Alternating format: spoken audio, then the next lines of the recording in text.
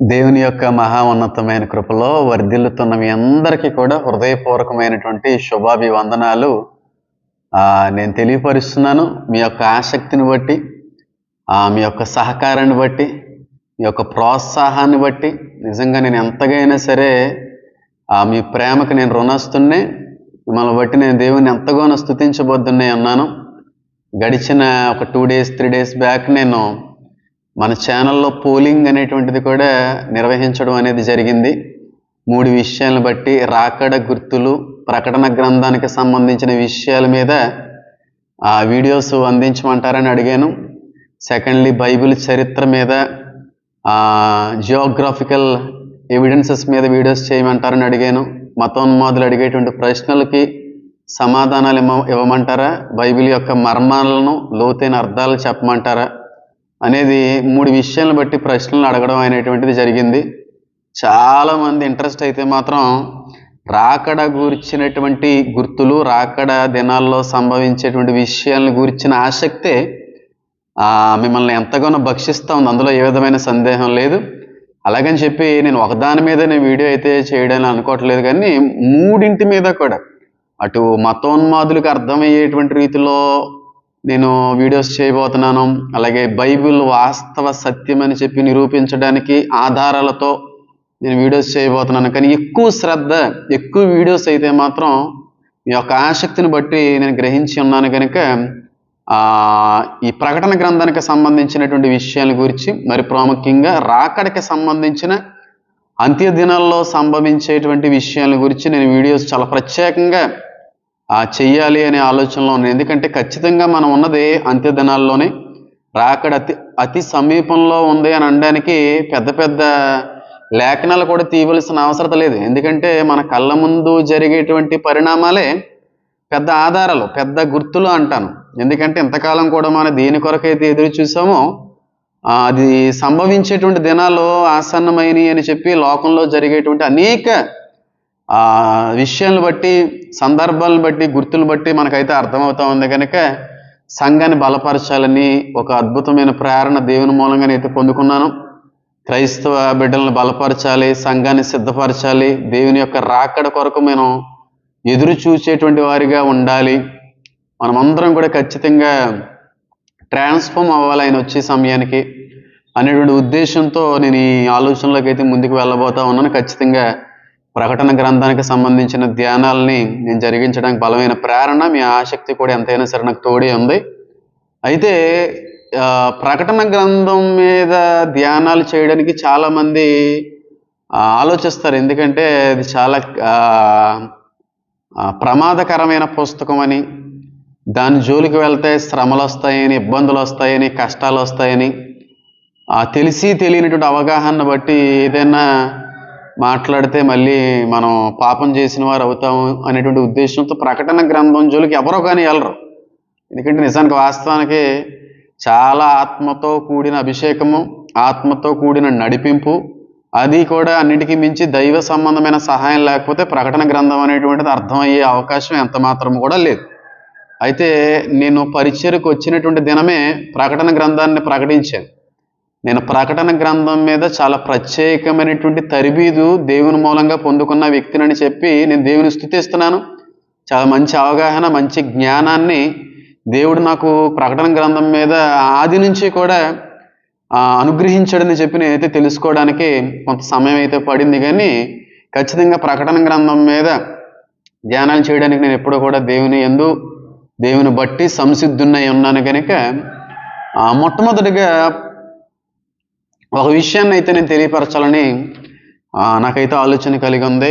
7 సంవత్సరాలు శ్రమకాలము, లేకపోతే అర్మగిద్దోన్ అనేటువంటి యుద్ధము, లేకపోతే గోగు మాగోగు అనేటువంటి యుద్ధము, లేకపోతే మిలీనియల్ అంటే 1000 సంవత్సరాల పరిపాలన, ఇదంతా కూడా జరుగుతుంది.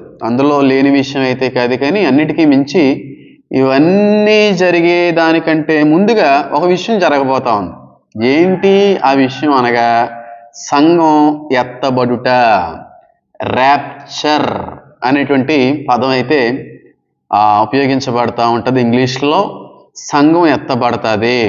అయితే సంఘం ఎప్పుడు ఎత్తబడుతుంది, ఏ సమయంలో ఎత్తబడుతుంది, అసలు ఆ సంఘం ఎత్తబడేటువంటి పరిణామాలన్నీ కూడా శ్రమలకి ముందు జరుగుతుందా, శ్రమలు అనుభవించిన తర్వాత జరుగుతుందా అనే ప్రశ్న చాలామందికి ఉండిపోయింది. అయితే ఒక విషయం అయితే నేను చెప్పి ముందుకు వెళ్ళడానికి ప్రయత్నిస్తున్నాను. చూడండి, సంఘం ఎప్పుడు ఎత్తబడుతుంది అనేటువంటి ప్రత్యక్షమైన రెఫరెన్స్ కానీ మాట కానీ బైబిల్ గ్రంథంలో ఎక్కడ కూడా రాయబడలేదు. కాబట్టి ఈ సంఘం ఎత్తబడుట అనేటువంటి విషయం పట్ల ఒక్కొక్కరికి ఒక్కో రకమైన విభిన్నమైన నమ్మకాలు, విభిన్నమైన విశ్వాసాలు కలిగి ఉన్నారు.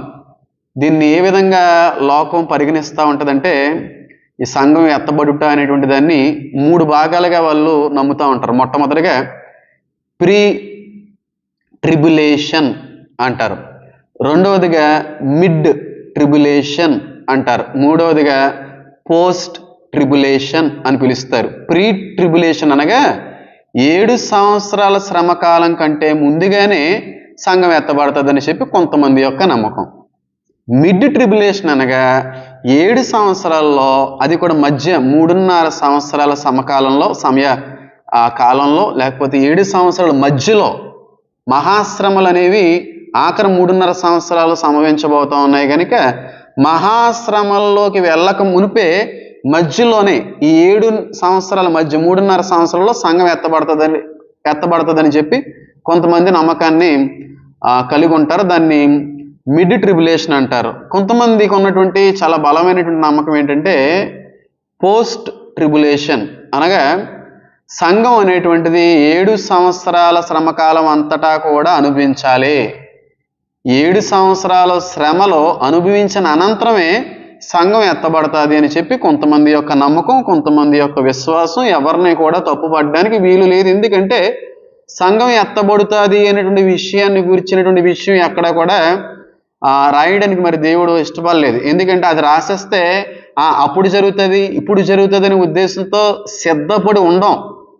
సిద్ధపడం మనం. ఇంకా టైం ఉందలే, 7 సంవత్సరాల శ్రమ తర్వాత అప్పుడు మారు మనసు పొందాంలే, లేకపోతే శ్రమకాలం మొదలైన 3.5 సంవత్సరాలకి జరుగుతుందని ఉంది కాబట్టి ఇంక 3.5 సంవత్సరాలు అవుతున్నాయి అనే సమయానికి మనం మారు మనసు, రక్షణ, బాప్తిసం పొందుకుందాంలే అనే ఆలోచనలో మనుషులు ఉంటారు. కనుక ఈ విషయాన్ని గురించినటువంటి సమాచారాన్ని దేవుడు ఎక్కడొకటి తెలియపరచడానికి ఇష్టపడలేదు. ఎందుకంటే ఆయన అన్నాడు, ఆయన దొంగ వలే వస్తాను, ఎప్పుడు వస్తానో మీకు తెలియకుండా వస్తాను అని అనడంలో ఆయన ఉన్న ఉద్దేశం ఏంటంటే మీరు ఎప్పుడూ కూడా సిద్ధపడి ఉండాలి, ప్రతి క్షణం కూడా సిద్ధపడి ఉండాలి, ప్రతి దినం కూడా సిద్ధపడి ఉండాలి. ఏమో ఇప్పుడే రావచ్చు, రాత్రికే రావచ్చు, తెల్లవారుజామునే రావచ్చు, సాయంత్రకాల సమయంలోనే రావచ్చు. కనుక మనం నిరంతరము కూడా దేవుని బిడ్డలుగా సిద్ధపడి ఉండవలసిన అవసరం ఉంది అనేటువంటి విషయాన్ని తెలియపరుస్తూ ఆ ఉపమానాన్ని కూడా దేవుడు మాట్లాడడానికి ఇష్టపడతా ఉన్నాడు.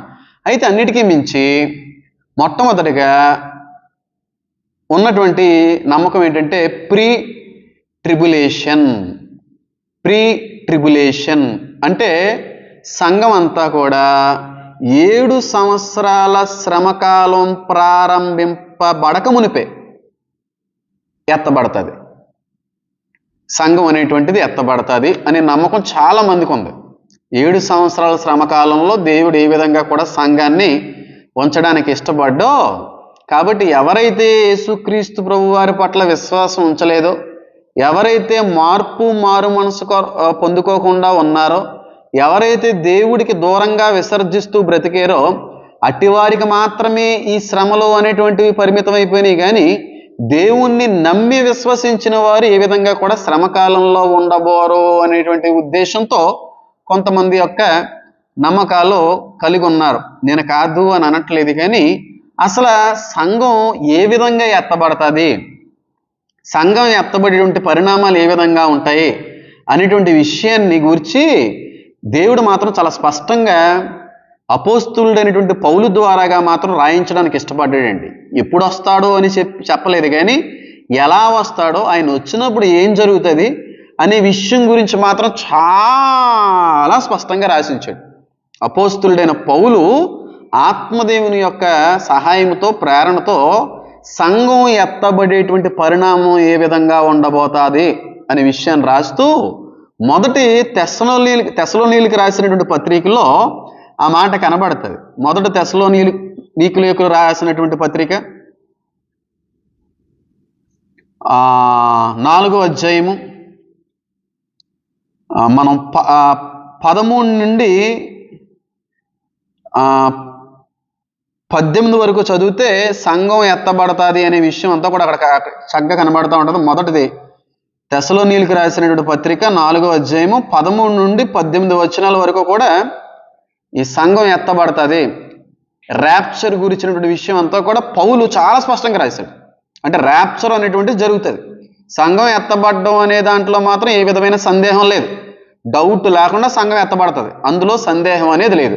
అయితే ఎప్పుడు ఎత్తబడుతుంది అనే ప్రస్తావన లేదు, కానీ ఏ విధంగా ఎత్తబడుతుంది, ఎత్తబడేటువంటి సమయంలో పరిణామాలు ఏ విధంగా ఉంటాయి అనేటువంటి విషయాల్ని ఆయన రాస్తూ ఒక ప్రశ్న ఉంది. ఆ తెస్సలోనీయులకు అనేటువంటి ఆ సంఘ సభ్యులకి ఒక ప్రశ్న ఉంది. ఏంటి ఆ ప్రశ్న అంటే మీకు అర్థమయ్యే రీతిలో చెప్తాను. ఏమండి, యేసుక్రీస్తు ప్రభువు వారిని విశ్వసించినటువంటి మేమందరం కూడా ఆ దేవుని రాజ్య వారసులు అవుతాం కాదని అనట్లేదు. ఆయన వచ్చినప్పుడు మేమందరం కూడా ఎత్తబడతాం కాదని అనట్లేదు. కానీ ఇంతకే మాకంటే ముందు చచ్చిపోయినటువంటి వారందరూ కూడా ఎక్కడున్నారండి అనే అనుమానమో సందేహమో ఆ సంఘం కలిగి ఉంది. అందుని గురించి పౌలు అంటా ఉంటాడో చాలా స్పష్టంగా ఆయన మాట్లాడుతున్న మాట ఏంటంటే, సహోదరులారా, నిరీక్షణ లేని ఇతరుల వరే మీరు దుఃఖపడుకుండుట నిమిత్తము నిద్రించు వారిని గురించి మీకు తెలియకుండుట మాకు ఇష్టం లేదు. ఎవరైతే చనిపోయారో వాళ్ళ గురించి చెప్పకుండా ఉండడం అనేది నాకు ఇష్టం లేదు. యేసు మృతి పొంది తిరిగి లేచినని మనం నమ్మిన ఎడల అదే ప్రకారం యేసునందు నిద్రించిన వారిని దేవుడు ఆయనతో కూడా వెంటబొట్టుకుని వచ్చును. మేము ప్రభువు మాటను బట్టి మీతో చెప్పుదమేమనగా, ప్రభువు రాకడ వరకు సజీవులమై నిలిచిండు మనము నిద్రించు వారి కంటే ముందుగా ఆయన సన్నిధిని చేరము. ఆర్భాటముతోనూ ప్రధాన దూత శబ్దముతోనూ దేవుని బోరతోనూ పరలోకం నుండి ప్రభువు దిగి వచ్చును. క్రీస్తునందుండి మృతులైన వారు మొదట లేతురు అనేటువంటి విషయం ఆ మాట కనబడతా ఉంది. ఆ మీదట సజీవులమై నిలిచిండు మనము వారితో కూడా ఏకముగా ప్రభువుని ఎదుర్కొనుటకు ఆకాశ మండలమునకు మేఘముల మీద కొనుపోబడుదుము. కాగా మనము సదాకాలము ప్రభువుతో కూడా ఉందుము అనే మాట అక్కడ కనబడతా ఉంది. చాలా స్పష్టంగా అపోస్తులుడైనటువంటి పౌలు మాట్లాడుతూ ఉన్నాడు. యేసుక్రీస్తు ప్రభు వారి యొక్క రెండవ రాకడలో మొట్టమొదటగా ఎత్తబడేది మనం కాదు, మనకంటే ముందుగా చనిపోయిన వారు ఉన్నారు చూడండి, వాళ్ళు ఎత్తబడతారు అని స్పష్టంగా ఆయన మాట్లాడుతున్నాడు. చాలామంది అంటూ ఉంటారు యేసుక్రీస్తు ప్రభు వారి యొక్క రెండవ రాకడని. వాస్తవానికి యేసుక్రీస్తు ప్రభు వారు రెండవ రాకడ కాదమ్మా, యేసుక్రీస్తు ప్రభు వారు 3 రాకడలు ఉన్నాయి. మొట్టమొదటిగానేమో ఆయన కన్యకైనటువంటి మరియమ్మ గర్భంలో ఆయన పుట్టడం అనేది భూమి మీదకి రావడం అనేది మొదటి రాకడ.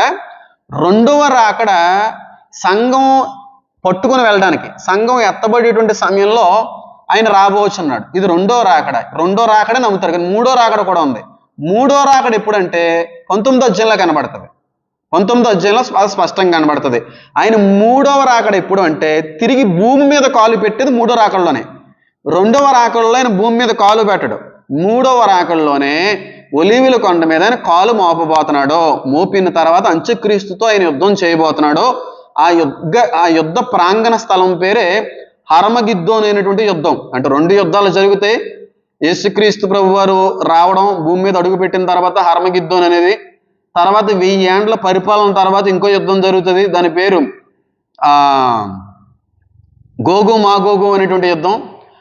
2 యుద్ధాలు ఉన్నాయి. కాబట్టి యేసుక్రీస్తు ప్రభు వారు రెండో రాకడని అనకండి, 3 రాకడలు ఉన్నాయి.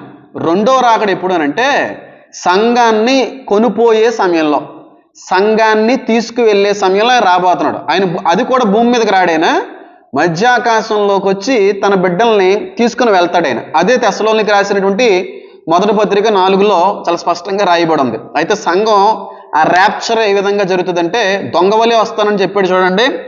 ఆ దొంగవలే వచ్చి ఆకాశ మధ్యంలో ఆయన ఆగిపోతాడు, భూమి మీదకి దిగడు. ఎప్పుడైతే ఆకాశ మధ్య భాగానికి వచ్చి ఆయన ఆగిపోతాడో మొట్టమొదటగా మనకంటే ముందు దేవుని విశ్వసించి దేవుని నమ్మి క్రీస్తు నామంలో రక్షించబడి మన పితరుల్లో చాలామంది ఉంటారు చూడండి, వాళ్ళందరూ కూడా సమాధుల్లో నుంచి ఎత్తబడతారు.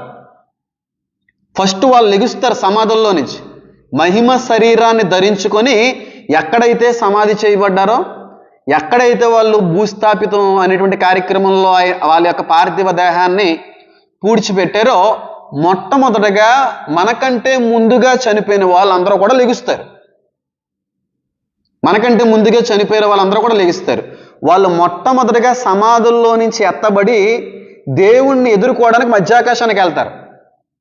రెండవదిగా వాళ్ళు ఎత్తబడిన అనంతరం బ్రతికున్న మనమందరం కూడా మహిమ శరీరాలతో ఎత్తబడతాం వాళ్ళతో పాటుగా. ఫస్ట్ వాళ్ళు సమాధుల్లో నుంచి తెరవబడతారో ఎత్తబడతారో, వాళ్ళని మధ్యలో మనం కలిసి రెండవదిగా పూర్తిగా ఇద్దరం కలిసి యేసుక్రీస్తు ప్రభు వారిని మధ్యాకాశంలో మనం కలుసుకోబోచున్నాం. అందులో సందేహం అయితే లేదు.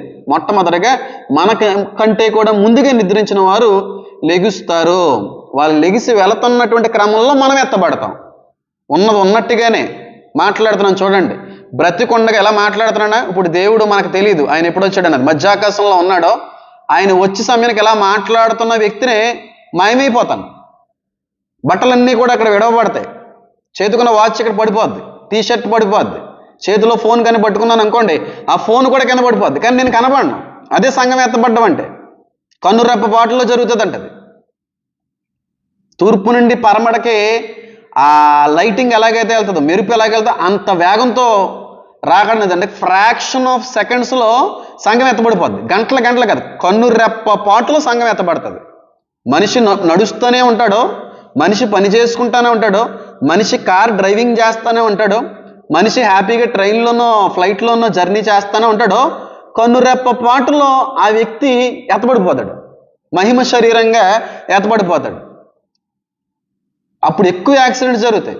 అప్పుడే అసలు సిసలైన గందరగోళం అనేటువంటిది ప్రపంచంలో జరుగుతుంది. ఎవరు ఎత్తబడతారు అంటే యేసుక్రీస్తు ప్రభు వారిని ఎవరైతే నమ్మారో, ఆయన దేవుడని, ఆయన పాప పరిహారార్థ బలిగా మరణించి తిరిగి పునరుద్ధానుడు అయ్యాడని చెప్పి ఎవరైతే నమ్మి బాప్తీసం తీసుకుంటారో వాళ్ళు ఎత్తబడతారు.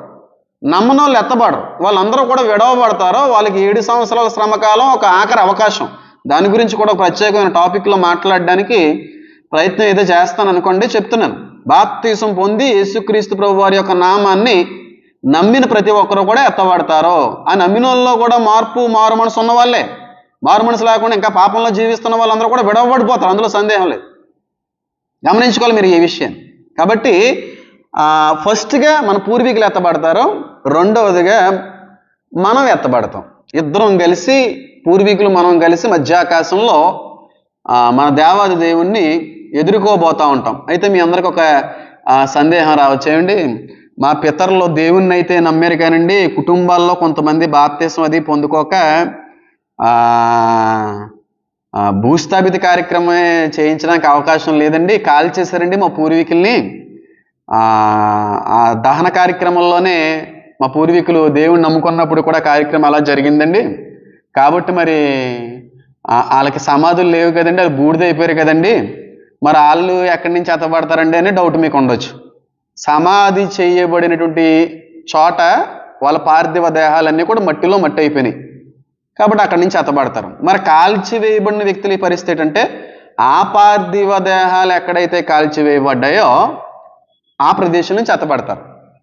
కొంతమంది సముద్రంలో పడిపోయి, కాలువల్లో పడిపోయి సూసైడ్ చేసుకొని చచ్చిపోతూ ఉంటారు. వాళ్ళ శవాలు దొరకవు. వాళ్ళు ఆ శవాలు ఎక్కడైతే మట్టిలో మట్టిగా కలిసిపోయి ఆ చోట నుంచి ఎత్తబడతారు. కాబట్టి ఎత్తబడ్డం అనేది ఓన్లీ భూస్థాపిత కార్యక్రమానికి సంబంధించిన వారు మాత్రం ఎత్తబడతారని అనుకోకండి. వాళ్ళు ఏ విధంగా ఆ కార్యక్రమం జరిగించినప్పటికీ కూడా ఆయన నామంలో రక్షణ పొందుకుంటే మాత్రం ఎత్తబడ్డం అనేటువంటిది మాత్రం సత్యము. అందులో ఏ సందేహమైనటువంటిది కూడా లేదు. అయితే ఈ 7 సంవత్సరాలు మనం మధ్యాకాశంలో విందు ఉంటుంది అనేటువంటి విషయం బైబిల్ గ్రంథంలో కొన్ని లేఖన భాగాలను బట్టి అర్థం చేసుకోగలం. ఎందుకంటే ప్రకటన గ్రంథానికనే మనం చూస్తే 19వ అధ్యాయము 9వ వచనాల్లో స్పష్టంగా అక్కడ రాయబడి ఉంటుంది. అంటే ఈ ప్రీ ట్రిబులేషన్ని, అంటే శ్రమకాలం కంటే కూడా ముందుగా సంఘం ఎత్తబడుతుంది అని నమ్మేవాళ్ళు ఈ వచనాలను ఆధారంగా తీసుకుని సంఘం శ్రమలకు ముందు ఎత్తబడుతుందని చెప్పి వాళ్ళు నమ్ముతూ ఉంటారు. అందులో ఒక వచనం ఏంటంటే ప్రకటన గ్రంథం 19వ అధ్యాయం 7వ వచనం చదివితే, ఆయనను స్తుతించుడి, గొర్రెపిల్ల వివాహోత్సవ సమయం వచ్చినది, ఆయన భార్య తాను సిద్ధపరుచుకున్నది గనుక మనం సంతోషపడి ఉత్సహించి ఆయనను మహిమపరిచదమని చెప్పగా వింటిని. మరి ఆమె ధరించుకున్నటకు ప్రకాశములను నిర్మలములైన సన్నపు నారబట్టలు ఆమెకి ఇవ్వబడెను, అవి పరిశుద్ధుల నీతి క్రియలు. అంటే దేవుడు అక్కడ రివార్డ్స్ ఇస్తాడు. దేవుడిని నమ్ముకొని నీతిగా, న్యాయంగా, యథార్థంగా ఆత్మలో ఎదిగి ఆత్మఫలాల్లో పొందుకొని ఎవరైతే వాడబడతారో అంటే వారందరికీ కూడా అక్కడ ఇయ్యబడిన చూడండి పరిశుద్ధులందరూ. అంటే ఆయన నామంలో రక్షణ పొందుకున్న వారందరికీ కూడా 7 years శ్రమకాలం కింద జరుగుతూ ఉంటే, ఎత్తబడిన వాళ్ళందరూ మాత్రం పైన 7 yearsలో విందు జరుగుతూ ఉంటుంది. అక్కడ పెళ్లి కుమారుడు యొక్క వివాహోత్సవము జరుగుతున్న సమయంలో అక్కడ విందు అనేటువంటిది జరుగుతుంది. ఆ విందు జరుగుతున్నటువంటి సమయంలో మనం అందరం కూడా పాలభాగిస్తులు అవుతాము. అంటే ఎత్తబడిన వాళ్ళందరూ కూడా విందులో ఉంటారు. కింద 7 సంవత్సరాల శ్రమ జరుగుతుంటే పైన మనం అందరం కూడా విందులో ఉంటాము. కాబట్టి సంఘం అనేటువంటిది 7 సంవత్సరాల కంటే కూడా ముందుగానే, అంటే ప్రీ ట్రిబులేషన్ జరుగుతుందని చెప్పి నమ్ముతున్నటువంటి వ్యక్తులు చూపించేటువంటి వచనాల్లో ఒక ప్రధానమైన వచనం ఏంటంటే ఈ ప్రకటన 19, 7, 8, 9 వచనాలు. కాబట్టి శ్రమల్లో సంఘం ఉండదు, విందులో ఉంటుంది సంఘము అని చెప్పి ఈ విషయాన్ని నమ్మేటువంటి వ్యక్తులు విశ్వసించేటువంటి విషయం. అయితే రెండవది ఏంటి అంటే మిడ్ ట్రిబులేషన్. మిడ్ ట్రిబులేషన్ ఏంటి అని అంటే శ్రమకాలం మొదలైపోద్ది. 7 సంవత్సరాల శ్రమకాలము మొదలైపోద్ది. ఎప్పుడు మొదలవుద్ది అంటే యెరూషలేము 3వ దేవాలయము కడదాము అని అనుకున్నప్పటి నుంచే శ్రమకాలం 7 సంవత్సరాల శ్రమకాలం కూడా మొదలవుద్దని చెప్పి దానియేలు 9వ అధ్యాయం ప్రకారంగా ఉంది. అయితే ఈ 7 సంవత్సరాల శ్రమకాలం మొదలైన 3.5 సంవత్సరాల తర్వాత, లేదంటే ఆఖరి 3.5 సంవత్సరాల మహాశ్రమలకు ముందు ఈ మిడ్ ట్రిబులేషన్ జరుగుతుంది. సంఘం అనేటువంటిది ఇంకా మహాశ్రమంలోకి వెళ్ళకముందే, అవి సంభవించకముందే సంఘం అంతా కూడా ఎత్తబడుతుందని చెప్పి వీళ్ళు నమ్ముతూ ఉంటారు. అంటే మిడ్ ట్రిబులేషన్ని నమ్మేటువంటి వ్యక్తులందరూ కూడా ఈ సిద్ధాంతాన్ని ఎక్కువగా వాళ్ళు విశ్వసిస్తూ ఉంటారు. శ్రమకాలంలో ఉంటుంది, అయితే మొట్టమొదటి 3.5 సంవత్సరాల్లో ఉంటుంది సంఘము. ఆఖరి 3.5 సంవత్సరాలే మహాశ్రమలు గనక ఆ మహాశ్రమంలోకి వెళ్ళక మునిపే సంఘం ఎత్తబడుతుంది అనేటువంటి నమ్మకం వీలుకుంటుంది.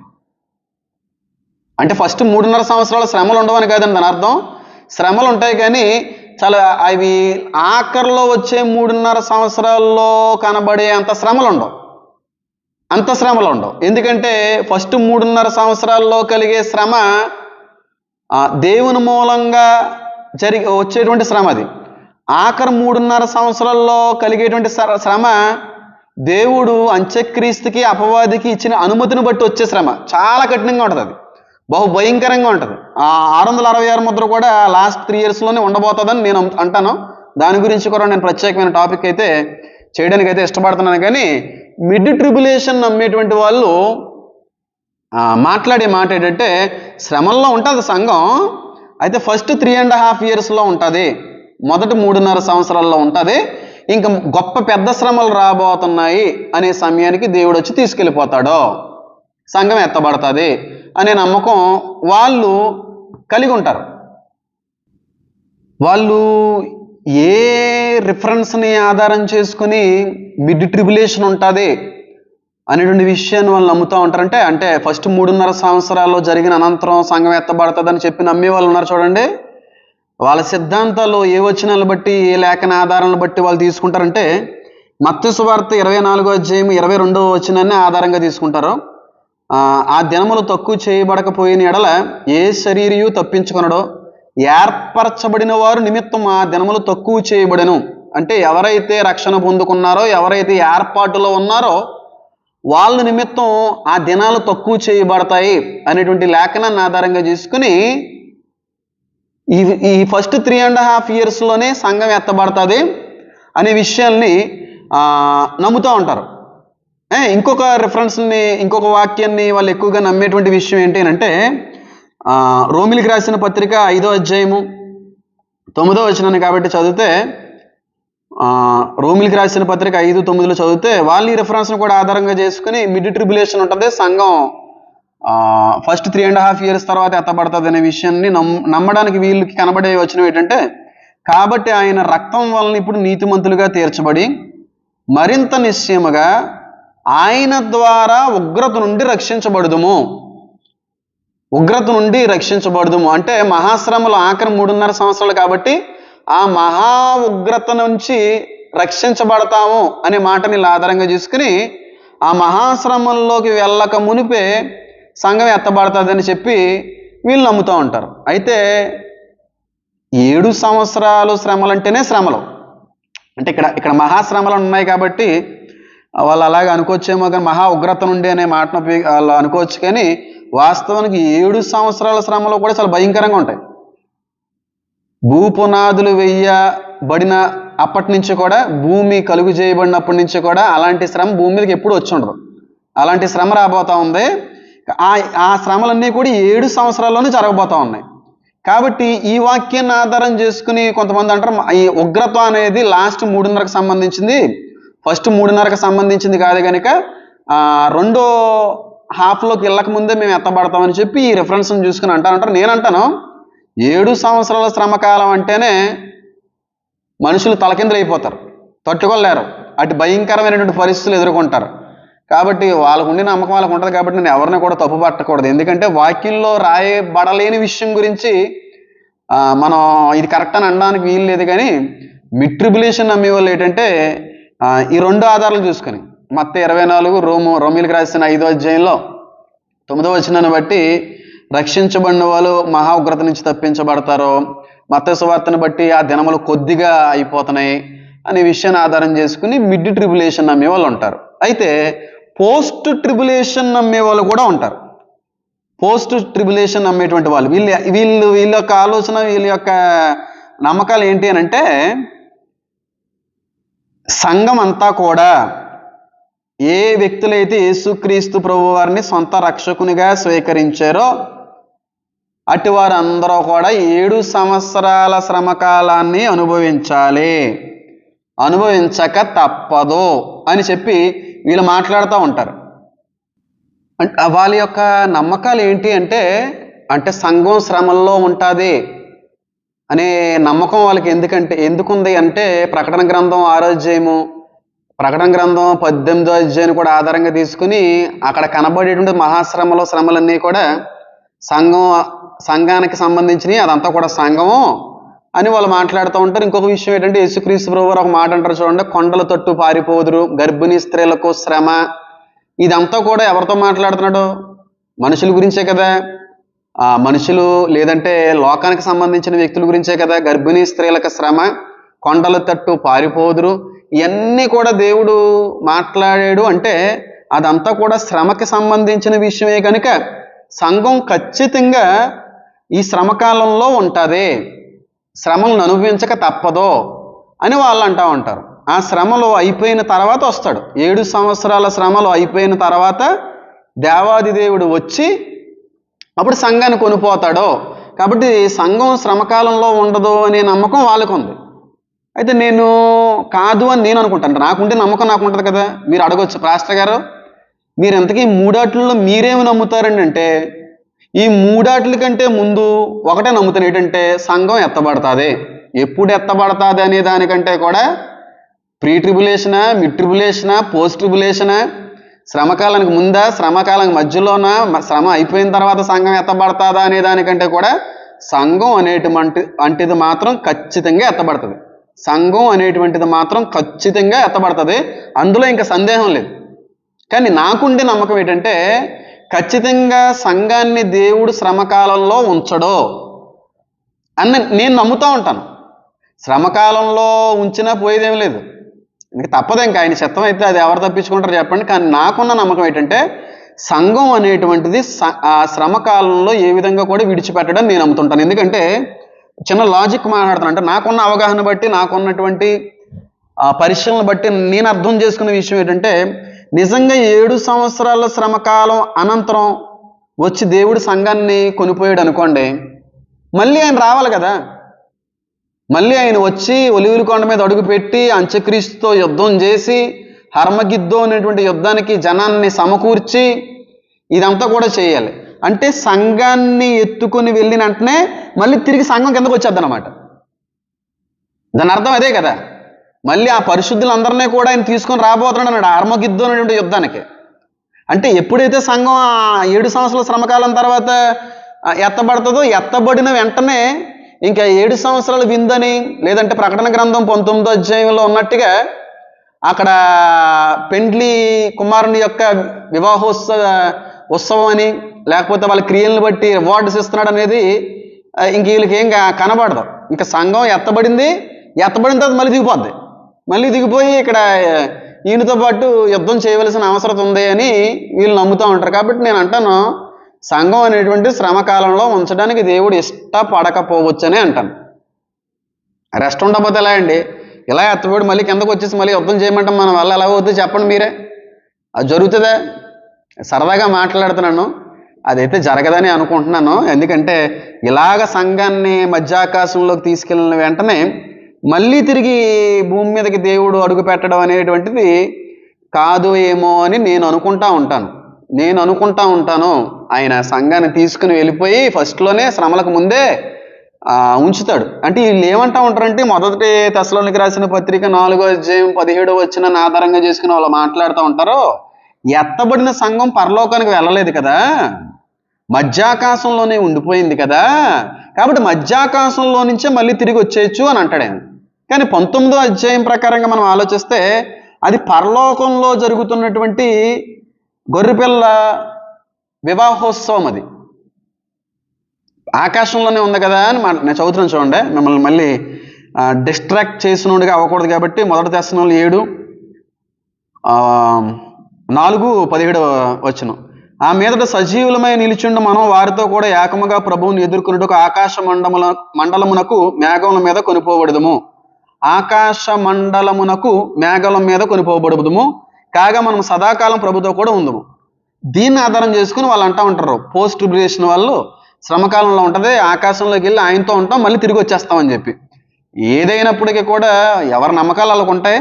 అయితే నేను అంటాను ఉండదని చెప్పి, ఉండబోదో అని చెప్పి నేనైతే నమ్ముతూ ఉంటాను. ఎందుకంటే దేవుడు పక్షపాతి కాదు, ఆయన పార్షియాలిటీ చూపించేటువంటి దేవుడు కాదు. ఒకరిని ఒక రకంగా ట్రీట్ చేసే దేవుడు అయితే కాదు. అలాగని చెప్పి నోవాహు అనుభవించిన శ్రమ మనకి, లేదంటే అపోస్తులు శిష్యులు అనుభవించిన శ్రమలో మనకు రాలేదు కాబట్టి పార్షియాలిటీ అని అనుకోకండి. నేను అనుకునేది ఏంటంటే, మీకు బాగా అర్థమయ్యేలా చెప్తాను చూడండి. ఒక వ్యక్తి టీచర్ గారు చెప్పారని, ఒరే ఇది పబ్లిక్ ఎగ్జామ్, ఈ పబ్లిక్ ఎగ్జామ్లో మీరు ఎంత బాగా చదివితే అన్ని మంచి మార్కులు వస్తాయి, ఎంత మంచి మార్కులు వస్తే మీరు అంత మంచి కాలేజీలో మీకు అడ్మిషన్ అనేటువంటి జరుగుతుందిరా అని చెప్పి టీచర్ గారు చెప్పినప్పుడు క్లాసులో వాళ్ళందరూ కూడా చదువుతారా? అందరూ చదవరు. అందరిలో కొందరైతే చదువుతారు, కొందరైతే వదిలేస్తారు. అయితే ఇప్పుడు చదవలేని వాళ్ళని ఉద్దేశించి కూడా టీచర్ మాట అంటది, ఒరే మీరు నా మాట విని బాగా చదువుకుంటే బాగానే ఉంటుందిరా, ఒకవేళ నా మాట వినకుండా చదవకుండా ఎగ్జామ్ కానీ ఫెయిల్ అయిపోయారు అనుకోండి, మిమ్మల్ని మాత్రం ఊరుకోనరా, చెదగ బాధేస్తాను, తోలు తీసేస్తాను అని చెప్పి అంటారు. అయితే ఇప్పుడు బాగా చదువుకున్నటువంటి వ్యక్తి పాస్ అయ్యాడు, బాగా చదువుకుని చాలా కష్టపడి చదువుకుని టీచర్ గారి మాట మీద గౌరవించి ఎలాగైనా సరే ఫ్రీ అడ్మిషన్ని నేను సంపాదించాలి, మంచి కాలేజీలో అడ్మిషన్ పొందుకోగలగాలని చెప్పి బాగా ప్రయాసపడి టీచర్ గారి మాట మీద నమ్మకం ఉంచి చదువుకున్నటువంటి వ్యక్తి పాస్ అయ్యాడు. టీచర్ గారి మాట మీద నమ్మకం లేకుండా టీచర్ గారి మాటతో మాకు పనేట్లే, గాడిద గుడ్డు ఇలాగే అంటారో, ఏదో రకంగా పాస్ అయిపోవచ్చులేని చెప్పి చదవకుండా ఫెయిల్ అయిపోయారు అనుకోండి, టీచర్ గారు చేసే పని ఏంటంటే ఇద్దరిని ఒకలాగే ట్రీట్ చేస్తుందని మాత్రం నేను అనుకోను. పాస్ అయినోడు, బాగా చదివినోడే పాస్ అవుతాడు, బాగా చదవనోడు ఫెయిల్ అయిపోతాడు. కాబట్టి పాస్ అయినోడిని కూడా, ఒరే నువ్వు కూడా ఈ చదవలేని వారి గుంపులోనే ఉండాలి, నువ్వు కూడా శిక్షకు పాత్రుడివే అంటే అది కుదురుతుందా? నువ్వు కూడా శిక్షకు పాత్రుడివే, నువ్వు ఎంత నా మాట మీద నమ్మకం ఉంచినా, నువ్వు ఎంత బాగా చదువుకున్నప్పటికీ కూడా తప్పదో, వీళ్ళు ఫెయిల్ అయ్యారు కాబట్టి నువ్వు కూడా ఈ ఫెయిల్ అయిన గుంపులోనే ఉండాలి, వీళ్ళ వల్ల నీవు కూడా శిక్షను అనుభవించవలసిన అవసరం ఉంది అని అంటే అసలు ఎవరన్నా ఒప్పుకుంటారా? అదేంటి, నేను బాగా చదివి నీ మాట మీద నమ్మకం ఉంచి కష్టపడి నేను పాస్ అవుతే ఫెయిల్ అయిపోయిన వాళ్ళ దగ్గర ఉండమంటారేటండి? ఫెయిల్ అయిపోయిన వాళ్ళతో నన్ను కూర్చోబెడతానంటారేటండి? నేను వేరే క్లాస్కి అప్గ్రేడ్ అవ్వాల్సింది పోయి ఇప్పుడు వీళ్ళతో ఈ క్లాసులోనే ఉండిపోవాలంటారేటండి టీచర్ గారు? అది ఎలా కుదురుతుందని చెప్పి ఎవరైనా తిరగబడతారు. వాస్తవానికి న్యాయం ఏంటంటే, బాగా చదివినోడు పాస్ అవుతే పాస్ అయిన తర్వాత వెళ్ళేటువంటి కాలేజీలు మరొక రకంగా ఉంటాయి, వాళ్ళు అప్గ్రేడ్ అవుతారు. ఫెయిల్ అయిపోయిన వాళ్ళు ఉన్న స్థితిలో ఉండిపోతారు. ఇప్పుడు ఫెయిల్ అయినోడిని పాస్ అయినోడిని ఒకే విధంగా చూస్తే అలా చదువుకోవడం ఎందుకు? నేనంటాను, యేసుక్రీస్తు ప్రభువు వారిని నిజదేవుడని చెప్పి విశ్వసించిన వాళ్ళని, విశ్వసించని వ్యక్తులను కూడా దేవుడు ఒక రకంగానే ట్రీట్ చేస్తాడంటే అది కరెక్ట్ కాదేమో నాకు అనిపిస్తుంది. అంటే నాకున్న ఆలోచన అది. బాగా చదువుకొని దేవుడు అంటే ఏంటో తెలుసుకొని దేవుడి కొరకు సమస్తాన్ని వదిలిపెట్టి, దేవుడి కొరకు లోకేచ్ఛలను విడిచిపెట్టి, దేవుడి కొరకు కుటుంబాలను వదులుకొని, దేవుడి కొరకు ఆశలను చంపుకొని, కోరికలను చంపుకొని, మారు మనసులోకి వచ్చి ఒక రూపాంతరం పొందుకొని, ఒరే కుదరదో, 7 సంవత్సరాల శ్రమకాలంలో ఎవరైతే నన్ను నమ్ముకోలేదో, ఎవరైతే నా నామాన్ని విశ్వసించలేదో, నన్ను ఎవరైతే దేవుడిగా వాళ్ళు పరిగణించలేదో, వాళ్ళు ఎలాంటి శ్రమలు అయితే అనుభవించవలసి వస్తుందో ఆ శ్రమల్లో నమ్మిన మీరు కూడా అనుభవించవలసిన అవసరం ఉంది అని దేవుడు అంటాడని నేను అనుకోను. నేనైతే అనుకోను.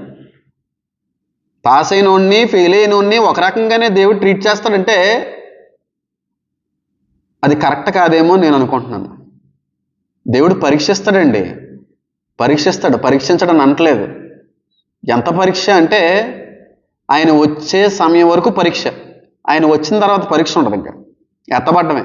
కాబట్టి నేను అనుకునే విషయం, నేను నమ్మే విషయం, నేను సంఘానికి నేను తెలియపరిచే విషయం ఏంటంటే, ఎవరైతే ఆయన నామాన్ని విశ్వసించారో, ఎవరైతే యేసుక్రీస్తు ప్రభు వారి యొక్క నామాన్ని ఎరిగి ఉన్నారో, ఆ నామం నిమిత్తం బాప్తీసం పొందుకున్నారో, ఆ నామాన్ని నమ్ముకున్నటువంటి మరుక్షణమే లోకాన్ని విడిచిపెట్టి దేవుడి కొరకు జీవించడం మొదలుపెట్టారో, అటు వారందరూ కూడా 7 సంవత్సరాల శ్రమకాలంలో ఉండబోరో అంతకు ముందు జరిగేటువంటి సంఘం ఎత్తబడేటువంటి పరిస్థితుల్లో ఉంటారో, ఎత్తబడిపోతారని నేను అంటాను. 7 సంవత్సరాల్లో శ్రమల్లో ఉంటారని నేనైతే అనుకోవట్లేదు. ఎందుకంటే మనకంటే పూర్వీకులందరూ కూడా ఇవన్నీ అనుభవించకుండా పోయి మనం అనుభవించాలని చెప్పి దేవుడు స్పెసిఫిక్గా మనల్ని అక్కడ నియమిస్తాడని నేను అనుకోను. వాళ్ళు మన పూర్వీకులను ఒకలాగా, మా అమ్మగారిని, మా నాన్నగారిని, మా తాతయ్యలను ఒకలాగా, నన్ను ఒకలాగా చూస్తాడా అని నేను అనుకోవట్లేదు. అంటే నా నమ్మకం అది ఉండదని నేనైతే మాత్రం ఖచ్చితంగా నేను నమ్ముతున్నాను. కానీ ఒకటైతే నమ్ముతున్నాను, ఖచ్చితంగా నమ్మవలసిన విషయం ఏంటంటే, ఎప్పుడు సంఘం ఎత్తబడుతుందా, శ్రమలకు ముందా, శ్రమలకు మధ్యన, శ్రమలకి తర్వాత అనే దానికంటే కూడా సంఘం ఎత్తబడడం అనేది మాత్రం నిజము. ప్రపంచం అంతా కూడా అల్లకొల్లోలం అయిపోద్ది ఆ రోజు. బ్రేకింగ్ న్యూస్ వినబడతా తప్ప ఇంకేం వినబడదు. ఏ ఛానల్ చూసినా, ఏ టీవీ చూసినా, ఎక్కడ చూసినా ఒకటే breaking news, breaking news, breaking news. కొన్ని కోట్ల మంది అదృశ్యమైపోయారు, కోట్లాది మంది కన్ను రెప్పపాటిలో మాయమైపోయారు. ఏదో జరిగింది, చాలా యాక్సిడెంట్లు జరిగినాయి, కొన్ని కోట్ల మంది అందరూ కూడా ఉన్నపాటుగా కళ్ళ ముందే మాయమైపోయారని చెప్పి చాలామంది చెప్తున్నారని చెప్పి ఈ బ్రేకింగ్ న్యూస్ అనేటువంటిది మాత్రం వినబడుతుంది. ఆ బ్రేకింగ్ న్యూస్ ఏంటి అంటే ర్యాప్చర్, సంఘం ఎత్తబడ్డం. అయితే లోకం దాన్ని నమ్మకుండా చేసేస్తాడో ఈ అంత్యక్రీస్తు అపవాది యొక్క తంత్రం. అది ఏ విధంగా లోకాన్ని, అది సంఘం ఎత్తబడ్డం కాదు, ర్యాప్చర్ కాదు, వీళ్ళందరూ అదృశ్యం అయిపోయారు అనుకోవడం అంతా కూడా అబద్ధం. వీళ్ళు అదృశ్యం అయిపోలేదు, దేవుడు వచ్చే వీళ్ళని తీసుకుని వెళ్ళిపోలేదు. వీళ్ళందరినీ కూడా ఒక అదృశ్య శక్తి అపహరించుకొని వెళ్ళిపోయింది. వీళ్ళందరూ కూడా చెడ్డోళ్ళు, మిగిలి ఉన్న వారందరూ కూడా మంచోళ్ళు అని చెప్పి ఒక కుయుక్తిని పన్నుతాడు. ఆ కుయుక్తి ఏంటి? రాకడ సమయంలో సంఘం ఎత్తబడినప్పుడు సాతాను ఉపయోగించేటువంటి పెద్ద అస్త్రం ఏంటి? ఆ అస్త్రంలో ప్రధానంగా సాతాను కొరకు వాడబడేటువంటి శక్తి ఏంటి అనేది ఖచ్చితంగా నేను నెక్స్ట్ ఎపిసోడ్లో నేను చెప్పబోతున్నాను.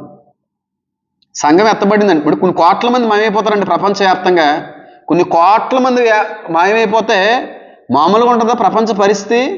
ఒక్కడు కిడ్నాప్ అవుతేనే ఆ న్యూస్ని టీవీలో ఎన్ని రోజులు పెడతారు? ఒక 2 వీక్స్ 3 వీక్స్ అలాగా రన్ చేస్తూనే ఉంటారు. అలాంటిది ఉన్నపాటుగా కొన్ని కోట్ల మంది అదృశ్యమైపోతారు, మాయమైపోతారు. అది ఎంత బ్రేకింగ్ న్యూస్, ఎంత ఫ్లాష్ న్యూస్ అయి ఉంటుంది. ఆ ఫ్లాష్ న్యూస్ని బట్టి చాలామంది బైబిల్లో చెప్పినట్టుగా రాకడ జరిగింది, సంఘం ఎత్తబడింది, ర్యాప్చర్ జరిగిందని చెప్పి చాలామంది భయపడుతూ నమ్మే అవకాశం కూడా ఉంది. అమ్మో యేసయ్య నిజదేవుడే ఉంటాడు, యేసయ్య నిజదేవుడు, అందుకే ఆ బైబిల్లో చెప్పిన మాట నెరవేరింది, జరిగింది అని చెప్పి నమ్ముతున్నారు అనే సమయానికి అపవాది వచ్చి, కాదు అది ర్యాప్చరో కాదు, సంఘం ఎత్తబడ్డం అంతకంటే కాదు, ఒక శక్తి వచ్చి వీళ్ళందరినీ కూడా అపహరించుకుని వెళ్ళిపోయిందని చెప్పి ఒక దాని మీద ఆ నేరాన్ని మోపుతాడు. ఒక శక్తి అపవాది చేతిలో వాడబడుతుంది సంఘం ఎత్తబడిన సమయంలో. ఈ విషయం మీకు ఎవ్వరో కూడా ఎప్పుడో కూడా చెప్పుండరు. ఆ శక్తి ఏంటి, ఎవరు వారు అనేది నెక్స్ట్ ఎపిసోడ్లో నేను చెప్పబోతున్నాను. దయచేసి మీరందరూ కూడా కనిపెట్టుకోండి. ఇక నుంచి ఇవన్నీ ప్రకటన గ్రంథానికి సంబంధించిన విషయాలు, చాలా చాలా విషయాలు చెప్పబోతున్నాను. చాలా నిగూఢమైన సత్యాలు అదృశ్యమైపోయిన వాళ్ళని బట్టి చాలా పెద్ద న్యూస్ జరుగుతూ ఉంటుంది. ఆ న్యూస్లో అంత్యక్రీస్తు యొక్క మొట్టమొదటి పన్నాగం, సాతాను యొక్క మొట్టమొదటి పన్నాగం ఏ విధంగా ఉండబోతా ఉంది అనే విషయాన్ని నేను చెప్పబోతున్నాను. దయచేసి చూసిన ప్రతి ఒక్కరూ కూడా లైక్ చేయండి. అన్నిటికంటే కూడా ముందుగా షేర్ చేయండి. మీరు లైక్ చేస్తే యూట్యూబ్ పుష్ చేస్తుంది, మీరు షేర్ చేస్తే ఈ సత్యాన్ని నలుగురికి అందజేసిన వారు అవుతారు. రాకడ కొరకు సిద్ధపడవలసిన అవసరం ఉందని చెప్పి మీరు తెలియజెప్పిన వారు అవుతారు. గనుక దేవుడి యొక్క ఆలోచన, నా యొక్క ప్రయాస, ఆయన యొక్క రక్త ప్రోక్షణ వ్యర్థం కాకుండా ఉండాలంటే ఆఖరి రోజుల్లో ఉన్న మనం అందరం కూడా ఈ సత్య సువార్తని, ఈ ఉన్న విషయాన్ని అనేక మందికి షేర్ చేయండి, వదిలిపెట్టకండి. మీకు తెలిసినన్ని క్రిస్టియన్ గ్రూప్స్లో, మీకు తెలిసినన్ని ఛానల్స్లో, వాట్సాప్స్లో, ఫేస్బుక్స్లో, చర్చ్ గ్రూపుల్లో మీరు పోస్ట్ చేయండి. అందరికీ ఈ విషయం తెలియజేస్తే అందరూ కూడా బలపడతారు, నూతన విషయాన్ని వాళ్ళు తెలుసుకోగలుగుతారు. కనుక చూచిన మీ అందరికీ కూడా ప్రభు పేరిట శుభాలు. మీ అందరినీ కూడా దేవుడు నిండుగా దీవించును గాక. ఆమేన్.